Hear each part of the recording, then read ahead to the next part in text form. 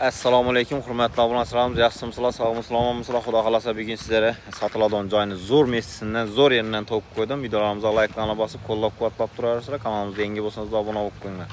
Bu yerning adresiga keladigan bo'lsak, adresimiz Qoraqalpog'iston Respublikasi To'rtko'l tumani, Nurli yo'l mahalla, Ta'mirchilar ko'chasi 51-uy bo'ladi. Ko'rib turganlaringizdek, orientiraga keladigan bo'lsak, bak tarafimiz paxta zavodining orqa tarafidan kelaverishda, garajga o'taverishda, şurada Çence bir 4-ko'cha desam bo'ladi. 4-ko'chadan kirib kelgan yeringizda shu joy bo'ladi. Bak tarafimiz garajga o'tib ketaverish. Bu yerlar mahallaga girdi, Ulug'bog'dan chiqqan. Mahalla etib tayinlab qo'ydilar.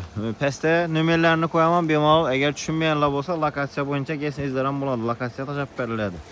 Bu yerimiz gaz, suv, svetidan muammosi yo'q, dokumentlaridan muammosi yo'q. 10 sotik deb aytdi egalari. 10 sotik ko'rib turganlaringizdek, to'qlari o'tgan, gazlari bor.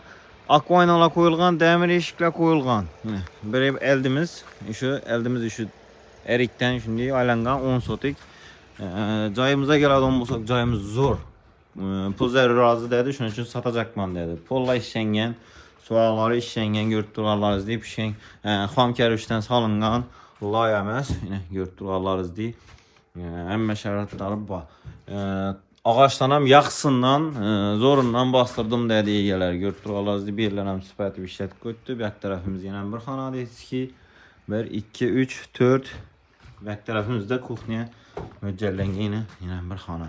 Ak oynalar qo'yilgan. Arka taraf ham demir eshiklar qo'yilgan, görüp turganlaringizdek, yaxşısından qo'yilgan. Arka tarafimizga keladigan bo'lsak, arka tarafimiz chegarasi shu. Arka taraf zabordan, işöden yine şimdi geleverişte şu erik edin. Görüp turganlaringizdek, erikten iyi.